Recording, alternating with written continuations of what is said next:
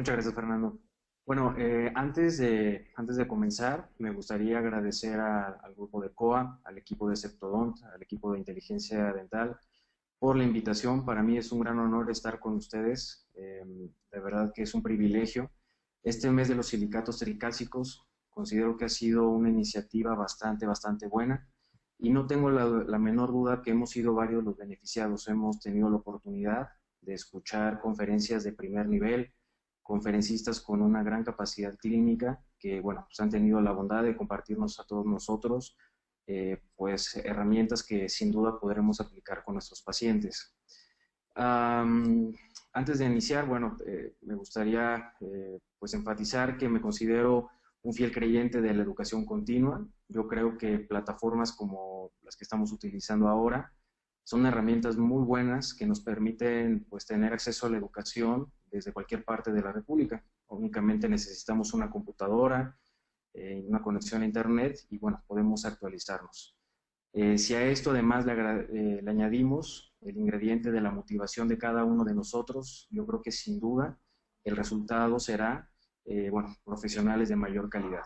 Entonces, pues de verdad aplaudo este tipo de iniciativas. El día de hoy, bueno, tengo la oportunidad de cerrar este ciclo de conferencias con el tema Biodentina, aplicaciones clínicas y resultados en endodoncia.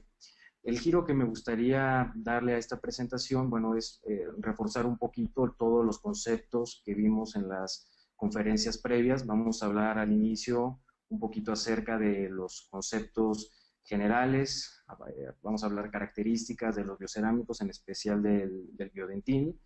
Es un material que, bueno, ya llevo algo de tiempo utilizándola en mi práctica clínica. Es un material que me he dado cuenta que tiene una versatilidad bastante grande y bueno, me gustaría compartir con ustedes pues todos esos escenarios clínicos en donde hemos tenido la oportunidad de utilizarlo. Y finalmente vamos a analizar los resultados, vamos a ver cómo se ha comportado este material a lo largo del tiempo, utilizando diferentes maneras para checar los resultados y bueno, mi intención es compartir con ustedes todos esos aspectos. Sin más preámbulo, bueno, pues iniciamos.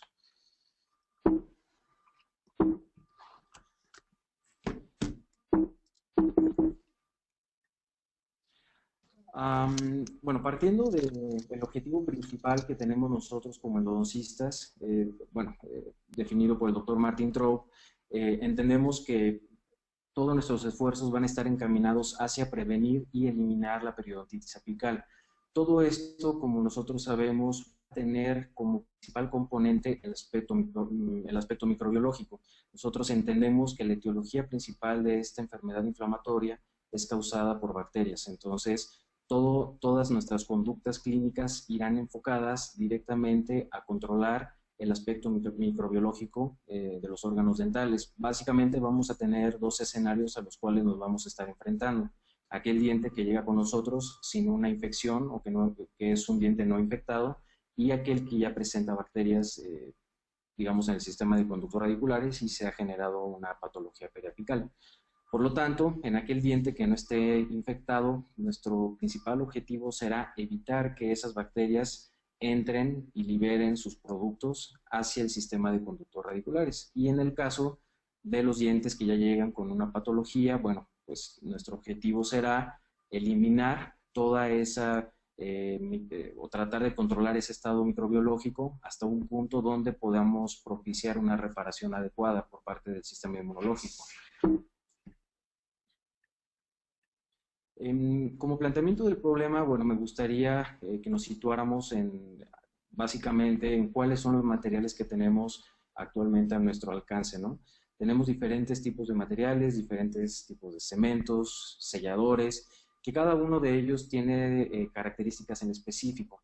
Y bueno, algo que bueno, me he dado cuenta a lo largo de este tiempo es el hecho de que no existe todavía como tal un material dental ideal, ¿no? Todo material con el paso del tiempo es sujeto a mejoras. A través del tiempo tratamos de corregir eso, se trata de corregir todos pues esos puntos débiles que pueden llegar a tener en un inicio. Y existen materiales que son específicamente buenos para una situación determinada, pero quizás en otra eh, llegan a tener ciertas debilidades, ¿no?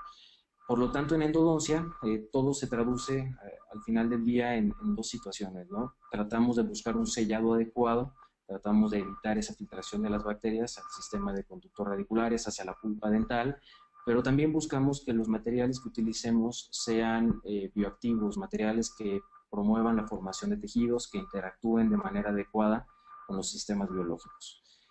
Y bueno, sin duda, dentro de los grandes avances que hemos tenido en nuestra especialidad, sin duda considero que el parteaguas han sido la introducción de los cementos biocerámicos en endodoncia. Y si hablamos de eso, no podemos olvidar y tenemos que recalcar el año 1990, cuando el doctor Toravinellad en la Universidad de Loma Linda desarrolla por primera vez un material biocerámico para uso endodóntico, ¿no? Que es el MTA.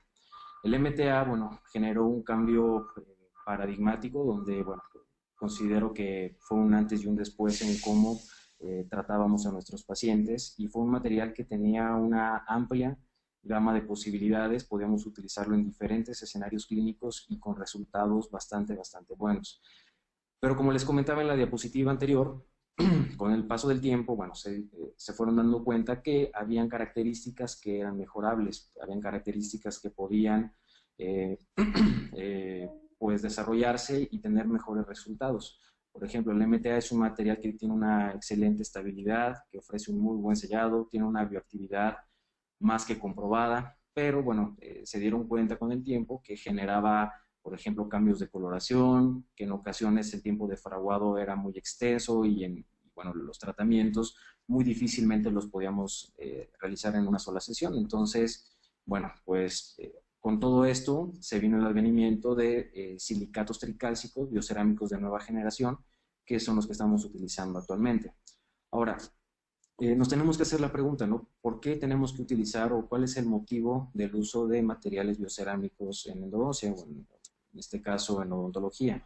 Y bueno, se puede resumir en estos 4 puntos. Lo primero es que son materiales que son altamente estables, no tienen una contracción. Hay que recordar que, bueno, hace muchos años teníamos materiales muy buenos como el hidróxido de calcio, pero uno de sus principales problemas era que con el paso del tiempo se reabsorbía, ¿no? Entonces, pues al final se generaba o quedaba ahí un espacio muerto que era propenso a una recolonización bacteriana. Entonces, este tipo de materiales pueden sortear ese tipo de problemas, ¿no? Son materiales que no son tóxicos y que además, bueno, tienen una alta producción de hidroxiapatita, que como sabemos es un componente principal para la formación de tejidos calcificados, de tejidos mineralizados. Entonces, pues son características muy buenas. Por lo tanto, bueno, en esta diapositiva tenemos de una manera muy generalizada todas esas características que nosotros buscamos que tenga un material cuando se desarrolla o cuando lo queremos implementar en nuestra práctica clínica. Tiene que ser un material que no sea tóxico, un material que sea insoluble, bioactivo, que tenga una fácil manipulación. Ahorita nos vamos a dar cuenta que hay materiales que son muy buenos, que tienen buena capacidad de interactuar con los sistemas biológicos, pero al final la manipulación puede ser ese factor que nos haga elegir entre uno y otro. Un material ideal debe de ser radioopaco, debe de ser estable y además debe de inhibir el crecimiento bacteriano, debe de ser bacteriostático para poderlo controlar. Toda esa componente microbiológico.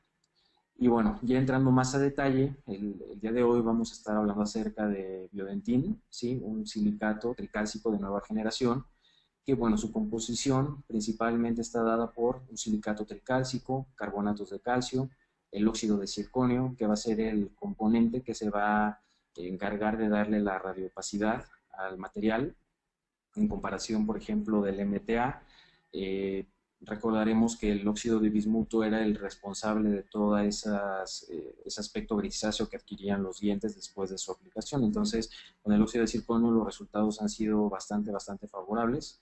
Y finalmente tenemos un activador, ¿sí? Que viene en las ampolletitas que podemos observar aquí, que es cloruro de calcio, agua, y bueno, es más que nada un agente activador, ¿no? Que nos va a ayudar a que el material tenga un fraguado mucho más rápido. ¿Cuáles van a ser las aplicaciones? Bueno, veíamos al principio, les explicaba que una de las características en específico del Biodentin es la versatilidad que tiene, ¿no? Podemos aplicarlo en diferentes escenarios clínicos, tanto a nivel coronal como a nivel radicular. A nivel coronal tenemos bases cavitarias, lesiones cervicales, exposiciones pulpares y además pulpotomías. Y a nivel radicular podemos aplicarlo para manejo de perforaciones, resorciones internas, externas, apicoformaciones y también en cirugía apical, sale como material de retroobturación. Y bueno, ¿cuál es el método de empleo? Esto ya lo vimos en las presentaciones de los doctores. Nada más como un breve resumen, bueno, tenemos una cápsula, ¿sí? Viene con unas ampolletitas que tienen los activadores. Lo primero es tomar la cápsula y colocarla en este recipiente plástico. Lo abrimos, la sentamos, siempre lo ideal es dar unos pequeños golpecitos para evitar que al abrirlo el material se pueda tirar. Colocamos 5 gotas del material activador, en este caso del cloruro de calcio, ¿sí? Cerramos la tapita, siempre la parte gris irá hacia abajo, la parte blanca hacia arriba, y lo vamos a colocar en el amalgamador, ¿sale? Ya que lo colocamos, vamos a mantenerlo ahí durante 30 segundos para que se genere una mezcla adecuada del material. Esto es algo muy importante que tenemos que pues tener mucho cuidado. ¿Por qué? Porque si nosotros seguimos paso a paso todas estas indicaciones del fabricante, el resultado será adecuado y vamos a tener un fraguado ideal y una estabilidad del material, pues ahora sí como nos lo sugiere, ¿no? Esto es más o menos la consistencia que nosotros tenemos y finalmente, bueno, viene con una espátula donde podemos retirarlo de la cápsula, ¿sí? Vemos ahí su consistencia que, bueno, ya en comparación de otro tipo de materiales, por ejemplo, como el MTA, su manipulación va a ser mucho más sencilla y lo podemos utilizar con diferentes tipos de instrumentos. En este caso, bueno, es un portaamalgama, podemos utilizar algún acarreador de MTA o también otro tipo de instrumentos que ahorita vamos a ver más adelante. Y finalmente, bueno, lo aplicamos ya en este caso en un recubrimiento pulpar directo y bueno, lo podemos compactar, ¿sí? Y finalmente, bueno, ya se realiza todo lo que es su manipulación. Es un material, bueno, que podemos o que tiene la función de poder quedar expuesto a la cavidad oral por un periodo que de preferencia no exceda los 6 meses, ¿sale? Pero bueno, siempre lo ideal será protegerlo con pues un material que esté destinado a recibir las fuerzas masticatorias. Biodentin durante este tiempo lo puede realizar, pero no es, digamos, su principal indicación. Y como les comentaba, el tiempo de fraguado es relativamente corto, de 10 a 12 minutos. Dentro de los silicatos tricálcicos que tenemos al alcance, viene a ser de los que nos ofrecen un tiempo mucho más rápido. Por lo tanto, podemos hacer nuestros procedimientos en una sola sesión. Y el tiempo de trabajo que vamos a tener es aproximadamente de 6 minutos. ¿Ok? Entonces, es un tiempo bastante adecuado en el cual podemos realizar su manipulación. Ahora, ¿cuál es una de las características especiales que tiene este material? Bueno, dentro de sus características que nos menciona el fabricante es un sustituto de dentina. ¿Y a qué nos referimos con sustituto de dentina? Bueno, que tiene características muy similares a este tejido. Y aquí tenemos, bueno, 3 entre muchas otras muy importantes, donde quiero básicamente ejemplificar o que podamos analizar los valores que nos ofrece el material en comparación con los que tenemos en la dentina. La fuerza compresiva que puede llegar a alcanzar este material es de 300 megapascales y la dentina más o menos está sobre ese rango. El módulo de elasticidad es de 22 gigapascales y tenemos en la dentina un valor de 18.5. La microdureza que ofrece este material, es decir, la resistencia que ofrece a ser penetrado, es de 69 Vickers y la dentina más o menos se encuentra sobre este rango. Por lo tanto, es un material que va a tener la capacidad de comportarse como este tejido. En cuanto a su radiopacidad, bueno, nos damos cuenta aquí en este caso clínico que su radiopacidad es muy similar a la dentina. Aquí tenemos un caso clínico donde, bueno, tenemos una lesión cariosa, ¿sí? Donde todavía no existe una comunicación directa con la pulpa. Y bueno, aquí tenemos el protocolo que seguimos, de la remoción de la caries, la desinfección de la cavidad y la colocación del material. En este caso, bueno, colocamos el Biodentin, que lo podemos observar aquí, apenas lo alcanzamos a visualizar ligeramente más radiopaco, y en la parte de arriba se colocó el ionómero de vidrio, que es un material que tiene mucho mayor resistencia a las fuerzas compresivas. Se dice que el biodentín tiene una radiopacidad más o menos de por ahí de 3 milímetros de aluminio, un poquito más, y es algo positivo, pero también en algunos procedimientos, por ejemplo, donde no se utiliza mucha cantidad de este material, en ocasiones es difícil poderlo visualizar, por ejemplo, en cirugías apicales. A veces su radiopacidad es tan baja que pues sí llegamos a tener esa dificultad para poderlo utilizar. Algo que me he dado cuenta es que entre mayor sea la cantidad que utilizamos, su radiopacidad o monitorearlo radiográficamente va a ser mucho más sencillo. Y bueno, hablando de recubrimientos pulpares y bueno, el comportamiento del biodentín, me gustaría bueno, mostrarles esta investigación que se realizó aquí en la ciudad de Querétaro por 3 grandes clínicos, 2 de ellos, bueno, de los mejores maestros que he tenido, el doctor Carlos Campos Jiménez y el doctor Mario Nava, realizaron una investigación utilizando el biodentín como material para tratamiento de exposiciones pulpares. Bueno, este trabajo se presentó en el Concurso Nacional de Investigación de la Asociación Mexicana de Endodoncia y el objetivo principal que ellos tuvieron en ese estudio, o digamos su pregunta de investigación era cómo era o qué material tenía mejor comportamiento en pulpas expuestas, si el MTA, que es considerado actualmente como el estándar de oro, o el biodentín.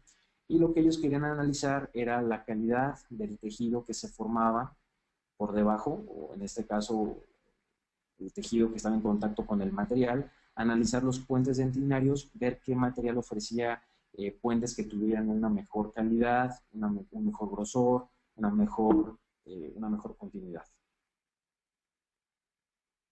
¿Cuáles fueron los resultados que ellos obtuvieron? Bueno, del lado izquierdo sí tenemos las exposiciones pulpares con MTA y del lado derecho tenemos las exposiciones pulpares con biodentín.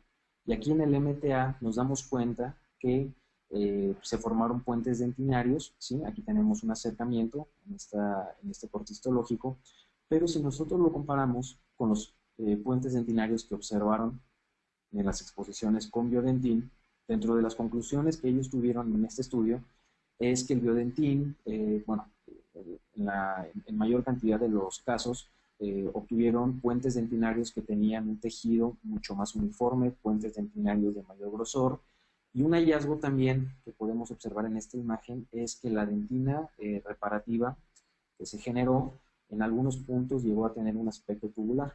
¿Y a qué nos referimos con esto? Bueno, que probablemente hubo una formación de tejidos, de células similares a los odontoblastos a partir pues de la estimulación del material, ¿no? De todas esas células diferenciadas que tenemos en la pulpa, generaron bueno, células muy similares a los odontoblastos y tenemos este patrón tubular en la dentina, ¿no?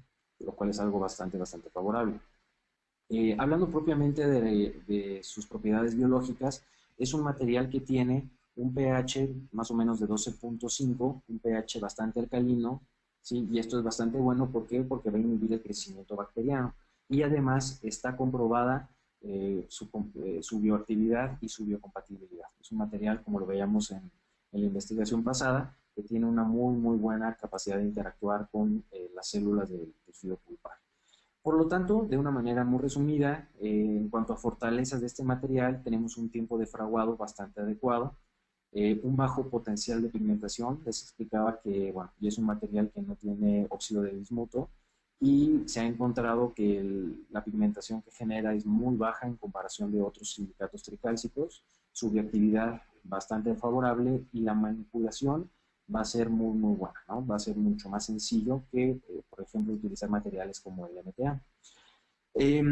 Ya vamos a entrar propiamente al manejo del biodentín en ciertos casos clínicos, pero bueno, no quería pasar la oportunidad de mencionar herramientas y recursos clínicos que considero que son muy importantes para el uso de este tipo de materiales, ¿no? El primero es el uso de la magnificación. Como sabemos, la magnificación ha sido de gran ayuda para todos nosotros en el punto de vista que nos permite realizar tratamientos mucho más conservadores. Somos mucho menos invasivos que anteriormente, podemos realizar tratamientos de mayor complejidad y específicamente para el uso de silicatos tricálcicos en algunas situaciones donde la colocación del material es un poquito complicada, el uso de la magnificación va a jugar un papel muy importante.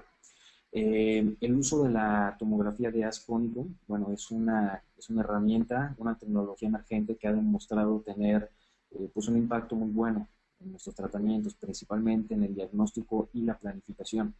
Si bien es una ayuda, es una herramienta que no vamos a utilizar evidentemente en todos los casos, pero en casos donde tenemos a veces dudas en cuanto a nuestro juicio clínico, sobre qué tratamiento vamos a utilizar, retratamientos, o donde tenemos dudas acerca del diagnóstico, representa una herramienta muy, muy favorable, ¿no?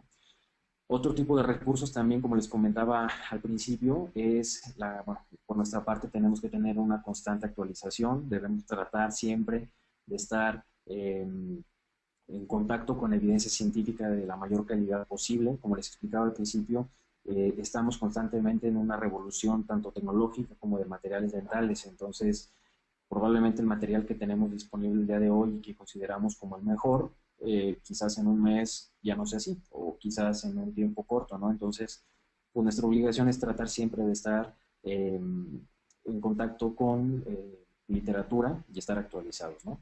Y bueno, el cuarto punto es el desarrollo de los materiales biocerámicos, ¿sí? En endodoncia principalmente, bueno, estamos expuestos a una gran cantidad de avances, tanto tecnológicos como de materiales, y considero que los silicatos tricálcicos de verdad ha sido algo que ha generado un impacto positivo en nuestros tratamientos, ¿no? Y eso está cada día más documentado en la literatura científica.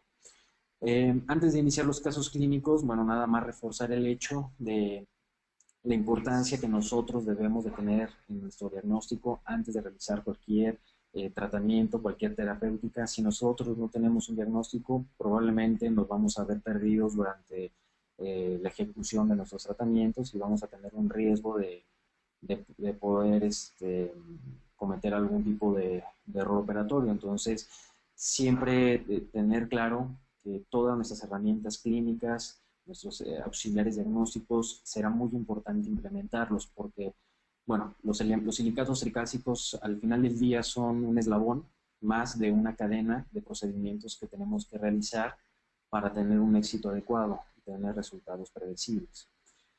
Tres de los pilares que considero fundamentales en mi práctica clínica son estos que podemos apreciar en esta diapositiva. Y todo va enfocado hacia llevar digamos, una conducta clínica basada en evidencia. Lo primero, como lo veíamos anteriormente, tratar de actualizarnos, de tener contacto con evidencia de calidad, ¿sí? Siempre tener en cuenta las expectativas del paciente, siempre tratar de nosotros brindarle toda la información acerca de un plan de tratamiento, pero nunca olvidar tomar en cuenta la opinión del mismo, ¿no? Y, bueno, la experiencia del operador que está directamente relacionada con la actualización, con la preparación, con todo este tipo de actualizaciones que tenemos al alcance.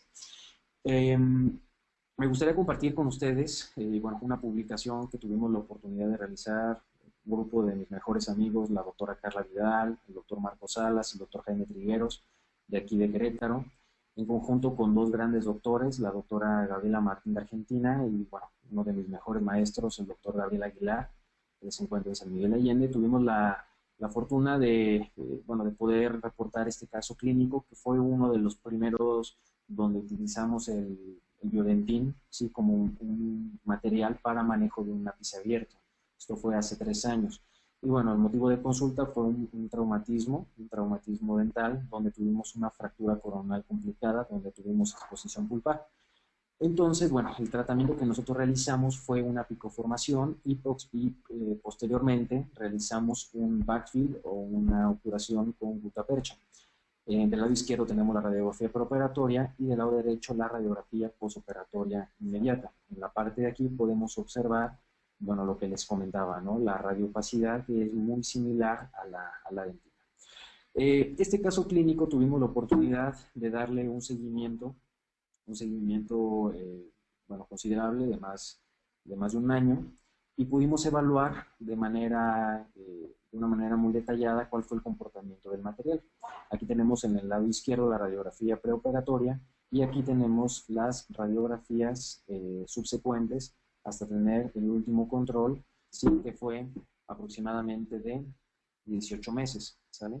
La tomografía fue una herramienta en este caso que utilizamos para evaluar los resultados del caso clínico y los hallazgos fueron bastante favorables. Aquí podemos observar en este corte cómo tenemos el material, ¿sí?, colocado en la posición apical y, bueno, la formación de todo este tejido óseo y además del espacio del ligamento periodontal fue bastante favorable, ¿no?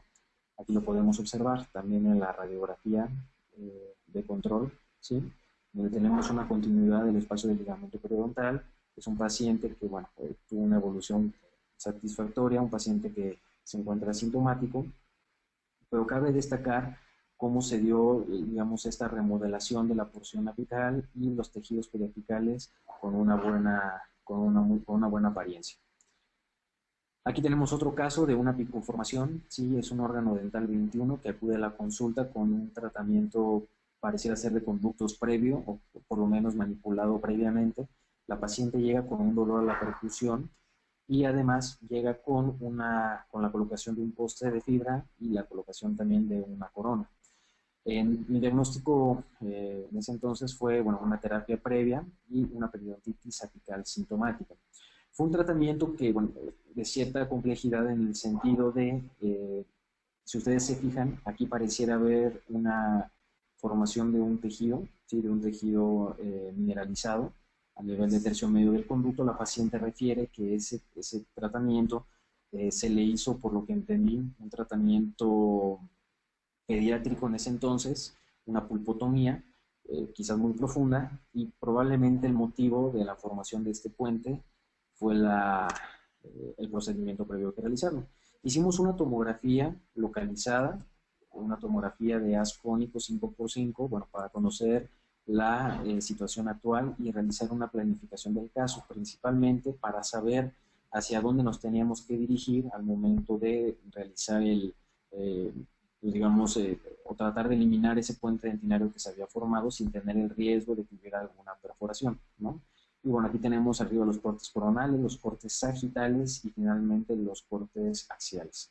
Y podemos ver aquí el hallazgo que vimos que tenemos en la radiografía preoperatoria, la formación de este puente dentinario, ¿vale? Tenemos una lesión apical, una lesión bastante considerable, y en los cortes sagitales, perdón, podemos también apreciar el poste, ¿sí?, y la corona o la prótesis fija que tenía el paciente.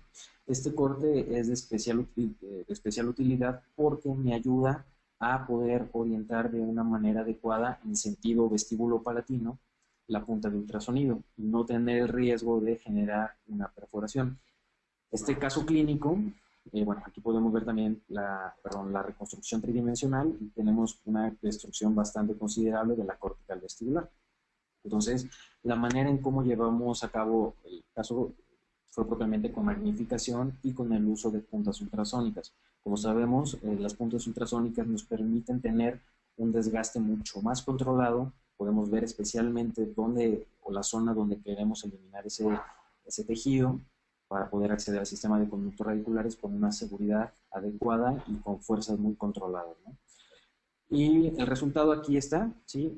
Tenemos un plug apical, ¿sí?, con biodentín en la porción final, y finalmente se hizo una colocación del endoposte de fibra, ¿ok? Aquí, bueno, hicimos un aislamiento a distancia y tuvimos la oportunidad de realizar controles hasta por 1 año, 4 meses, ¿ok? Aquí tenemos el primer control a 8 meses, donde podemos apreciar ya signos de una reparación evidente, pero básicamente 8 meses después es que encontramos toda esa cortical vestibular quizás ya reformada o con una reparación mucho más tangible, ¿no? Realizamos una tomografía, ¿sí?, de control una tomografía de control ya más o menos al año 4 meses, y podemos observar de una manera muy clara la reparación tan adecuada que tuvimos, ¿vale? En la parte superior tenemos la tomografía preoperatoria y en la parte inferior tenemos la tomografía de control de 1 año 4 meses. Entonces vemos una regeneración bastante adecuada, ¿sí? tenemos una formación ya casi completa de todo ese tejido óseo que se había reabsorbido, y tenemos una formación bastante adecuada de la cortical vestibular. Ahora, ¿cuál es la técnica que yo utilizo para las apicoformaciones? Hay una gran cantidad de formas en las que la podemos realizar. Ya vimos con los conferencistas pasados alguna de esas en particular, pero quiero mencionarles una que ha resultado ser muy buena, muy eficiente, y sobre todo que la podemos realizar en muy poco tiempo, y sobre todo sin riesgo de no generar un tapón apical bastante consistente, ¿no? Que quede embarrado en las paredes. Tenemos este caso clínico, un órgano dental 13 que llega a la consulta con una necrosis pulpar y un absceso alveolar crónico. Podemos ver radiográficamente que tenemos un ápice abierto, ¿no? Entonces, la forma en la que podemos utilizarlo es por medio de un sistema que se conoce como MAP System Endo, que son un conjunto de jeringas que tienen diferentes calibres. Una de sus características principales es que son de níquel titanio, tienen la capacidad de que podamos precurvarlas y llevarlas más fácilmente a la porción apical. Idealmente, o lo recomendado es utilizarlo con algún medio de magnificación para poder controlar adecuadamente la profundidad y cerciorarnos de que el material ha sido depositado de una manera adecuada. Vean en esta imagen la radiografía donde tenemos la inserción de la aguja, y nos damos cuenta qué tan padre llega hacia la porción apical, pero sobre todo cómo tiene una adaptación adecuada hacia la anatomía del conducto. Por ejemplo, si utilizamos acarreadores de otro tipo, por ejemplo, acarreadores de MTA clásicos, muchas veces debido al material que tienen de acero inoxidable y que además no se pueden precurvar, es muy difícil llevarlos a la porción apical. Entonces tenemos en ocasiones que apoyarnos con algún tipo de plugger o con algún otro tipo de herramienta, puntas de papel, para poderlo llevar a la porción apical. Entonces, en la siguiente imagen nos damos cuenta de su aplicación, muy controlada, muy limpia, no tenemos, digamos, el material embarrado en todas las paredes, y nos damos cuenta cómo podemos hacer incrementos de manera gradual y tener pues un adaptado bastante favorable del material. De las desventajas que le veo a este equipo es que muy fácilmente se puede tapar. Este material viene con una especie de purgadores, digamos, de diferentes calibres. Entonces siempre es muy importante comentarle al asistente, pues entre el ratito en que estamos obturando y finalizando el tratamiento, que tenga el cuidado de estarlo limpiando, porque si el material se endurece, muy difícilmente se pueden destapar. Entonces tener mucho cuidado con eso.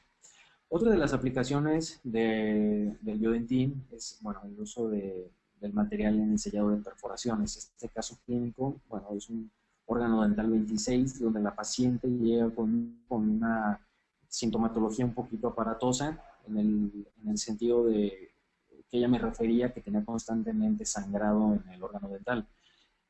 Y bueno, me había comentado que ya tenía un tratamiento previo, pero que el sangrado en ocasiones era muy profuso, entonces me llamaba mucho la atención, ¿no? Entonces, también tiene un dolor marcado a la masticación, y mi diagnóstico en ese momento fue una terapia previa con una periodontitis apical sintomática. Básicamente, la información que me daba la radiografía en ese momento consideré que era muy limitada, eh, sobre todo por el tema de la sospecha de la perforación. Mi intención era saber la magnitud de la perforación, en qué nivel se encontraba, sus dimensiones, para yo poder saber pues el enfoque clínico que le iba a dar, ¿no? Radiográficamente podemos analizar que son 2 tratamientos los que se realizaron de una calidad no muy buena, donde tenemos accesos muy grandes, donde se hizo una destrucción bastante marcada del tejido coronal, del tejido pericervical. Son dientes que tenían, digamos, un pronóstico bastante reservado. Aquí tenemos la tomografía preoperatoria y podemos observar en los cortes coronales, axiales y sagitales, pues la perforación tan grande que tenía, ¿no? Una perforación bastante marcada en los diferentes ángulos, y bueno, una localización pues muy cervical, ¿no? Que son al final perforaciones de un manejo mucho más, complicado, ¿no? Y es importante recalcar estos 4 puntos cuando hablamos de perforaciones, ¿no? Nos tenemos que hacer la pregunta, ¿cuáles son esos factores que van a impactar directamente en el pronóstico, ¿no? Entonces, lo podemos resumir en estos 4, ¿no? La contaminación, si tenemos o no tenemos bacterias en la perforación, en este caso era un diente que, bueno, olvidé mencionarles, el material de restauración temporal estaba casi completamente desalojado, entonces ahí había entrada de bacterias por todos lados, era una perforación contaminada. El tiempo era una perforación de un tiempo ya bastante considerable, ya de casi 6 meses. Se dice que entre mayor sea el tiempo de la perforación, el pronóstico se va a ver mucho más comprometido. El tamaño, entre más grande, también el pronóstico se compromete, y la localización, ¿sí? Entonces, la localización, en el punto de vista, si se encuentra en la parte cervical, en la parte de tercio medio o en la parte apical. En este caso, pues era básicamente cervical, ¿no? Esas perforaciones de un manejo mucho más difícil.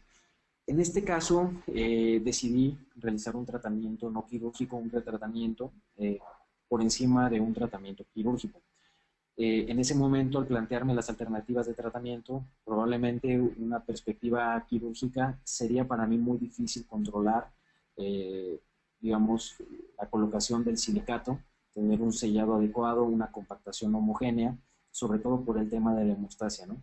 Entonces, decidí realizarlo de una manera no quirúrgica, y la manera o la forma en cómo lo llevé a cabo es la siguiente. En la primera imagen tenemos hidróxido de calcio colocado en la perforación. En este tipo de tratamientos, lo más difícil o lo que se vuelve un tema muy importante es controlar el sangrado. Como tenemos una inflamación de los tejidos, tenemos un constante fluido, un constante sangrado, que no nos permite, digamos, controlar adecuadamente el sitio de la perforación y tener un sellado del material. Lo que va a suceder es que el material se va a deslavar fácilmente, entonces se vuelve crítico el tema de la hemostasia, ¿no? Por lo tanto, colocamos hidróxido de calcio, desinfectamos la cavidad por completo.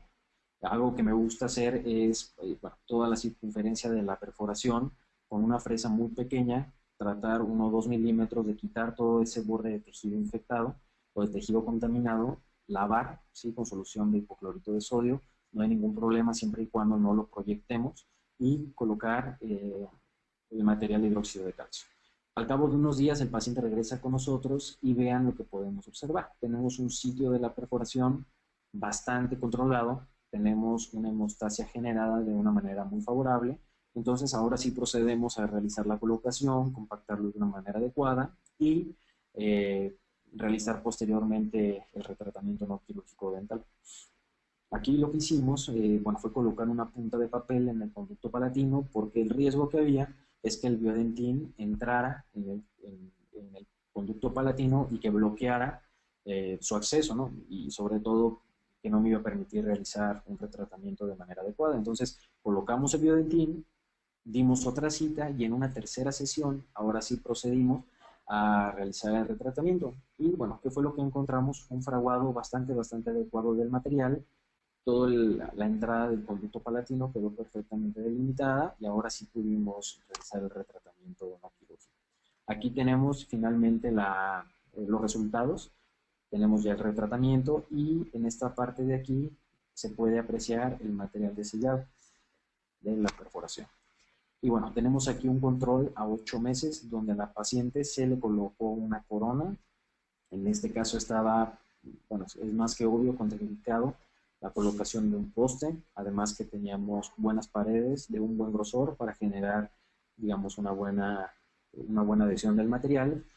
La paciente se encuentra sintomática a estos 8 meses, pero bueno, la intención era tratar de analizar los resultados de una manera un poquito más profunda, y aquí tenemos una tomografía localizada 5x5 del control a 8 meses. ¿Y qué es lo que nos llama la atención? Bueno, lo primero es que nosotros tenemos de una manera bastante favorable una continuidad en cuanto al espacio del ligamento periodontal. Tenemos una muy buena densidad de los tejidos óseos, de los tejidos periapicales, ¿sí? Tenemos una reparación bastante favorable en la zona periapical y en la parte también del seno maxilar, es algo que olvidé mencionar, perdón. Vean aquí, pongan mucha atención acerca de la mucositis que tenemos, de esa inflamación de la membrana del seno maxilar, donde probablemente tiene un componente odontogénico, ¿no? O estaba dado por la infección que recibía dentro de este diente. Si nosotros hacemos el comparativo, propiamente, en la parte de arriba tenemos lo que son los cortes preoperatorios y en la parte inferior los cortes a control a 6 meses, ¿no? Los cortes postoperatorios. Y aquí se puede ver ya la reestructuración del seno maxilar y, bueno, todos los tejidos en esta parte de aquí han tenido una reparación bastante favorable. Aquí tenemos otra perforación manejada de la misma manera, ¿sí? Esta perforación un poquito más sencilla que la pasada, una perforación mucho más pequeña, una perforación mucho más fácil de controlar, donde el tratamiento se pudo realizar en la primera sesión. ¿Por qué? Porque no tenemos un sangrado tan profuso. Aquí, bueno, mi diagnóstico fue una terapia previa con una periodontitis apical sintomática. La causa del fracaso, aparte de la perforación, fue un conducto no tratado, ¿no? Teníamos una prótesis dentro de lo que cabe bien ajustada, entonces tomamos la decisión de realizar el retratamiento a través de la prótesis, ¿no? Aquí pudimos realizar ya el retratamiento, pudimos localizar el conducto distovestibular que no se había negociado en el primer tratamiento y tenemos el material, ¿sí? El material de sellado que fue Biodentin. Y tenemos aquí un control a 1 año 7 meses, donde bueno, la reparación ha sido bastante adecuada. Toda esta radiolucidez que tenemos en la zona de la furca pareciera ser que ya está en vías de reparación, ¿no? Otra de las aplicaciones, como veíamos al principio, es el uso del Biodentin en tratamientos quirúrgicos. En este caso, vamos a iniciar con reimplantes intencionales, ¿no? Tratamientos que bueno, cada vez se están utilizando más, con una buena planificación y una buena selección del caso. Pues los resultados pueden ser bastante favorables, ¿no? Tenemos un órgano dental 44 que acude a la consulta con un dolor a la masticación. Mi diagnóstico fue de una terapia previa con una periodontitis apical sintomática. Algo que nos llama la atención en la radiografía preoperatoria, tenemos un poste roscado, tenemos una prótesis fija bastante grande y nos damos cuenta desde la radiografía preoperatoria que tenemos una anatomía bastante compleja. Tenemos un premolar que probablemente esté bifurcado o trifurcado. Entonces, pues definitivamente el abordaje del caso tenía que considerarse, ¿no? La prótesis ya se encontraba desajustada, entonces se quitó y una de las cosas que nos dimos cuenta fue que el órgano dental 45 estaba fracturado, por lo que se hizo la extracción. Aquí tenemos la tomografía localizada de igual manera.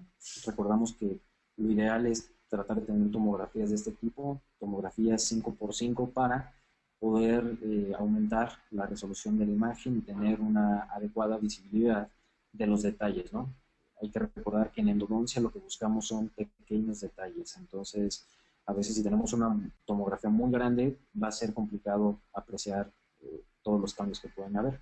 En la parte de arriba tenemos los cortes coronales, los cortes axiales y los cortes sagitales y confirmamos lo mismo que veíamos en la radiografía preoperatoria. Tenemos el poste roscado, pero pongan mucha atención a los cortes axiales. Tenemos ahora sí que una configuración radicular bastante complicada, en forma de herradura. Y bueno, aquí lo podemos observar, probablemente una trifurcación. Nos llama la atención que bueno, este tratamiento también tiene cierta cercanía con el nervio mentoniano, por lo cual en este momento fue un factor importante entre decidirme hacia un reimplante intencional o una cirugía apical. Con esto no quiero decir que no sea posible realizar la cirugía apical. Claro que se puede realizar, pero requiere de una destreza clínica bastante buena y sobre todo una capacidad de manejar este tipo de raíces al momento de hacer el corte, porque vamos a tener un riesgo muy alto de si no localizamos adecuadamente la anatomía no tratada, vamos a tener un fracaso del tratamiento. Aprovechando que se quitó la prótesis fija, bueno, me dije a mí mismo, ¿por qué no intentar el retratamiento no quirúrgico? El resultado, bueno, fue el mismo. que el que se había conseguido anteriormente. No pude lograr negociar la anatomía radicular, la anatomía apical. Probablemente los conductos estaban mineralizados o probablemente se calcificaron, ¿no? Entonces aquí nos damos cuenta en el reimplante intencional, al momento de hacer el corte, vean la anatomía tan complicada que teníamos o a la que nos estábamos enfrentando. Entonces se hace la bisectomía y se hace también la tinción con azul de metileno. ¿Qué es lo que nos llama la atención? Todos estos puntitos azules que vemos aquí son, al final del día, anatomía que no fue tratada, y también pudimos apreciar un istmo bastante grande que tenía aspecto de una herradura.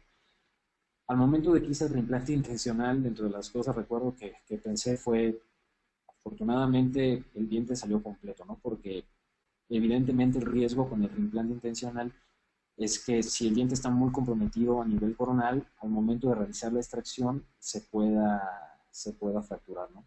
Entonces, en este caso fue posible realizarlo, pero la pregunta que me hacía era, si hubiera hecho un abordaje quirúrgico, definitivamente la cirugía apical hubiera tenido una complejidad bastante alta, ¿no? Aquí podemos observar la aplicación del material propiamente, adecuadamente en la retropreparación que se hizo, y finalmente tenemos la radiografía postoperatoria, ¿okay?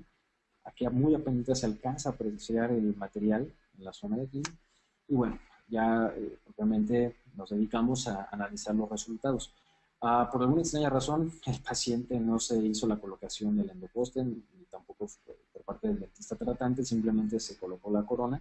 Es algo, bueno, definitivamente no me hace feliz, pero el paciente para el control de 9 meses acude asintomático. Dentro de las cosas que me llamaron la atención fue que en días posteriores del reimplante, el paciente tuvo una resolución adecuada de la sintomatología, lo cual muchas veces te da un indicio favorable de que vale la pena esperar y, bueno, evaluar en el tiempo cómo se va a comportar. Vean el control a 9 meses, nos llama mucho la atención bueno, toda la continuidad que tenemos aquí del espacio del ligamento periodontal, tenemos una adecuada formación de hueso y realizamos de igual manera la tomografía para verificar cómo se estaba dando esta reparación. Y de igual manera, como en el caso anterior, podemos observar bastante bien la reparación de los tejidos periapicales alrededor del sitio de la bisectomía. Otro caso de un reimplante intencional manejado de la misma manera, un tratamiento previo, ¿sí? Que llega con una corona, que llega con un poste. Este tratamiento ya había sido varias veces intervenido, ¿sí? Por diferentes especialistas. Es un tratamiento que, bueno, clínicamente no se ve del todo mal, pero algo que me llamaba mucho la atención es que si nosotros analizamos la radiografía preoperatoria, pareciera ser que el conducto que se trató no se encuentra centrado a lo largo del eje longitudinal. Por lo tanto, eso te hace pensar que quizás hay anatomía que no se pudo trabajar, ¿no? Es un diente que traía un poste y una corona, entonces es de este tipo de pacientes que ya llegan a la consulta sobretratados, ¿no? Como que es un poquito más complicado el manejo y tenemos que tratar de ofrecer un tratamiento donde evitemos pues ese desgaste, ¿no? Tratar de debilitar más el diente, por ejemplo, en este caso, y bueno, tratar de tener un mejor resultado. ¿Qué observamos aquí en la tomografía 5x5? Bueno, podemos apreciar la lesión en la parte de aquí. Es un órgano dental que en la representación volumétrica, y de hecho en los cortes coronales, si ponen atención, pareciera ser una fisura, una pequeña... aquí tenemos un hallazgo radiográficos que me hizo pensar que pudiera estar fracturado.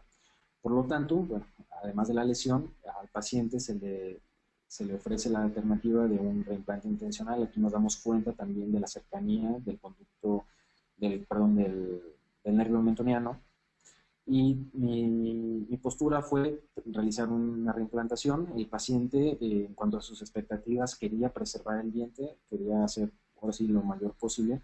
Y bueno, procedimos a realizar la extracción. ¿Qué fue lo que nos llamó aquí la atención? Bueno, confirmamos el hallazgo radiológico en la tomografía. No pude corroborarlo como tal, con una fractura, no tenía el aspecto de esta. Pareciera más bien si fuera un conducto lateral, una reabsorción. Se hizo la tinción y bueno, hicimos la pisectomía y también hicimos la preparación de lo que era el proceso resortivo en la superficie vestibular. Se hizo la obturación con biodentina y posteriormente se hizo la reimplantación. En este tipo de procedimientos, bueno, pues lo más importante es tratar de realizarlo lo más rápido que se pueda para evitar el mayor sufrimiento celular posible, ¿no? Tenemos la radiografía preoperatoria y la radiografía postoperatoria, ¿sale? Aquí tenemos el material de obturación, tenemos el corte y se hizo la reimplantación. En este tipo de casos que les acabo de mostrar, no se hizo ningún tipo de fijación. Tuvimos una fijación primaria al momento de la reimplantación, entonces simplemente, bueno, se hizo el reposicionado, ¿no? Y aquí tenemos los controles, ¿no? Vamos a analizar paso por paso los resultados. En la parte de arriba tenemos la radiografía preoperatoria, en la parte inferior la posoperatoria, y tenemos los dos controles que se han podido realizar al paciente. Control a 4 meses. Aquí todavía se nos hace muy evidente la zona o la radiación, pero el paciente se encuentra asintomático. Tuvo una resolución del tracto sinoso que les comentaba en un inicio, que les mostraba en la fotografía, pero a los 10 meses es donde pudimos apreciar una restitución de los tejidos periapicales y también una adecuada continuidad del espacio del ligamento periodontal.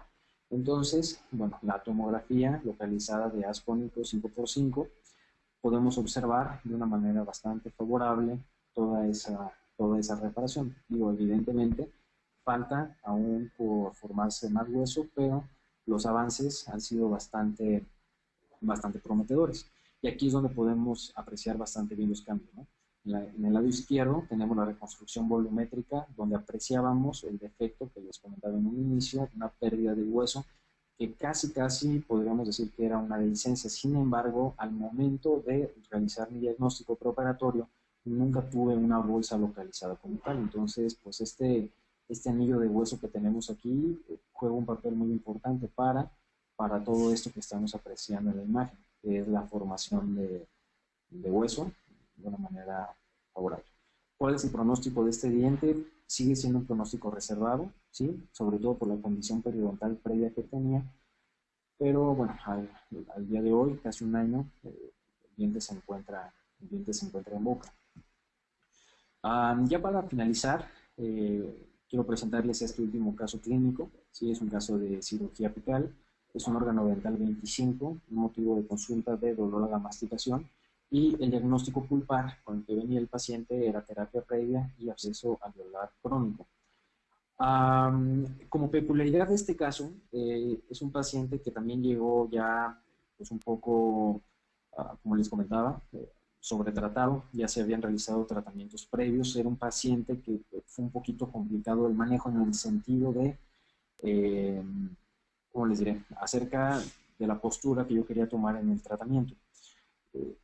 Por lo siguiente, es un tratamiento previo que se ve bien ejecutado, fue hecho por una endodoncista de verdad muy buena, pero simplemente el tratamiento no había tenido resultado favorable y la paciente ya no quería de nuevo entrar en la parte de un retratamiento, volver a perforar la corona, toda esta situación, ¿no? Y la verdad es que, bueno, con el retratamiento era un tanto complicado garantizarle el éxito, ¿no? Entonces, además que definitivamente la alternativa del retratamiento, pues no fue posible, digamos, que el paciente la concediera. Entonces, bueno, en este caso, clínicamente, la paciente traía una inflamación bastante notoria. Clínicamente, pareciera ser un absceso alveolar crónico de manera o un absceso rutinario. La información en la radiografía periapical, en ese entonces, bueno, llegué a la conclusión que no era de suficiente utilidad, por lo que decidí realizar una tomografía de nuevo localizada. Y aquí fue un hallazgo bastante drástico en comparación de lo que habíamos observado en la radiografía periapical, porque tenemos un defecto muy grande donde ya teníamos una comunicación hacia el seno maxilar. Entonces, una de las principales dudas que tenía con el tratamiento previo era si quizás no se había manejado algún conducto, que alguna anatomía pudo haber sido obviada, ¿no? Pero bueno, nos damos cuenta que los dos conductos que se trabajaron, una configuración 2-1, se trabajaron dentro de lo que cabe, se ve bastante bien. No hubo indicios en los cortes axiales acerca de un conducto, digamos, que no se hubiera manejado o alguna raíz adicional. En este caso no fue así, ¿no? Entonces, bueno, pues nos llama mucho la atención la pérdida del piso del seno maxilar. No es evidente, en algunos puntos existen signos de que hay expansión. Por lo tanto, bueno, la alternativa aquí fue realizar un tratamiento quirúrgico. Aquí estamos viendo el video de la tomografía que les acabo de mostrar, nada más que se los quiero poner de esta manera para analizar un poquito más el compromiso que tenía. Aquí nos damos cuenta que prácticamente la raíz o la porción de tercio medio apical se encuentra completamente denudada, no hay nada de formación de hueso. Y aquí nos podemos dar cuenta también de los hallazgos radiológicos.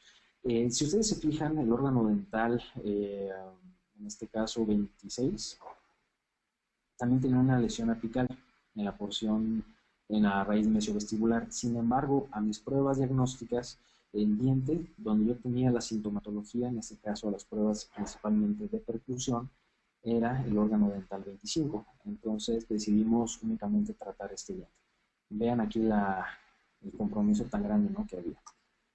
Y bueno, finalmente tenemos la secuencia clínica, la secuencia fotográfica. ¿Sí? Tenemos primero bueno, se hizo el colgajo y posteriormente se hizo la debridación de toda la lesión. Esto es muy importante para bueno, nosotros tener un control adecuado de la hemostasia, tratar de eliminar, ¿sí?, todo ese tejido granulomatoso que se encuentra ahí para favorecer la cicatrización. Evidentemente, entre más limpio queda nuestra cavidad, mejor vamos a poder o vamos a tener resultados mucho más favorables en corto plazo. Se realiza la apicectomía 3 milímetros y se hace la retroobturación con biodentín, ¿sí? Aquí podemos ver, bueno, la fotografía utilizando un microespejo del sellado del conducto. Era como lo veíamos en la tomografía, 2 conductos que al final confluían en un conducto en la parte apical.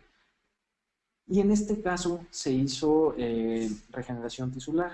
Es algo que normalmente no se hace en endodoncia bajo ciertos parámetros, pero aquí teníamos un defecto que básicamente, como lo veíamos en la tomografía, un defecto que comunicaba desde la porción vestibular hacia la porción del seno maxilar. Entonces, en este tipo de casos, definitivamente tenemos que pues generar esa ayuda al organismo, ¿no? Por medio de una regeneración se colocó una membrana de colágeno y se colocó un injerto óseo. Y, 11 horas. Bueno, ya nada más para finalizar este caso clínico, simplemente resumir: las lesiones complicadas y las lesiones periodontales son esas situaciones clínicas en las cuales vamos a tener justificación para realizar una regeneración, principalmente lesiones en túnel, ¿sí?, que van desde la porción vestibular hacia el paladar, que perforan por completo. Lesiones se dice que tengan mayor a 10 milímetros, en muchas de las ocasiones se puede llegar a necesitar, en ocasiones no, es algo bastante controversial. Pero en lesiones periodontales, aquí, bueno, sí cobra suma importancia, principalmente cuando no tenemos cortical vestibular, una comunicación endoperio o algún compromiso de la furca. Y bueno, ya los resultados finales, tenemos la radiografía preoperatoria y la radiografía postoperatoria, donde podemos apreciar, bueno, el material de obturación. De nuevo, lo que les comentaba al principio, a veces se vuelve complicado tratar de visualizar ahí el biodentín, ¿no? Pero bueno, si uno sigue las indicaciones del fabricante, uno lo corrobora con tu microespejo, te esperas el tiempo de fraguado, no hay mayor problema. Y vean los controles. Este es el primer control a 6 meses, donde tenemos ya una reparación bastante adecuada. Aquí todavía se alcanza a apreciar el material de injerto de hueso. Tenemos la apicectomía, ¿ok? Y podemos observar cómo empieza a darse toda esa formación de hueso. Aquí la membrana, bueno, tiene suma importancia para evitar que todo ese tejido epitelial migre hacia el interior y nos genere una cicatrización mucho más comprometida. Y bueno, el control mayor que tengo de este caso es a 1 año, ¿sale? Las 2 radiografías pre y postoperatorias, 6 meses y 1 año. Aquí se vuelve mucho más evidente ya la reparación. Y les comparto en la parte inferior la tomografía con control a 1 año. donde, bueno, podemos observar principalmente el cambio de, el cambio del control de 6 meses a un año, cómo ya el material de injerto se integró de manera favorable. Tenemos una reestructuración de la cortical en la parte inferior. Aquí en este corte coronal podemos ver toda la reestructuración de la cortical vestibular, pero sobre todo también la configuración de la arquitectura del seno maxilar. Vean qué favorable fue la reparación. Sí, tenemos una formación de hueso bastante buena. Y bueno, el resultado fue muy favorable. Aquí tenemos la reconstrucción volumétrica en la primera columna. Tenemos el control preoperatorio, el control a 6 meses y finalmente el control a un año, ¿no? Entonces, bueno, ya para finalizar esta presentación, simplemente resaltar esos 3 puntos que considero son muy importantes. La introducción de los materiales biocerámicos, creo que no hay duda acerca del gran avance que nos ha brindado a la odontología, su aplicación en la endodoncia y la mejora y todos esos materiales que vienen en un futuro. No tengo duda que es un futuro bastante promisorio para la preservación de dientes o la preservación de la dentición natural. Va a ser muy importante para nosotros como especialistas tener la obligación de siempre estar actualizándonos, de tener el hábito de conocer las características específicas de cada material, porque esto nos va a brindar la posibilidad de tener una elección adecuada y que el material se adapte a las necesidades que yo tengo. O sea, si yo lo ocupo en un escenario clínico en especial, dadas las características que conozco de todos aquellos materiales a mi alcance, yo voy a tener la capacidad de elegir, ¿no? Eso es muy importante. Y el biodentín, bueno, creo que está más que demostrado, ha resultado ser un material de elección adecuado con resultados bastante predecibles, ¿no?, en nuestra práctica clínica. Y bueno, pues sin más, quiero agradecerles a todos por su tiempo. Quedo a sus órdenes, si tuvieran alguna duda, algún comentario. Les dejo aquí un link de una página de Facebook donde pueden contactarme sin ningún problema, si quisieran que les facilitara alguna de la información, si quieren intercambiar algún punto de vista. También en esa página constantemente estoy subiendo casos clínicos, para retroalimentación. Quedo a su disposición. Muchas gracias.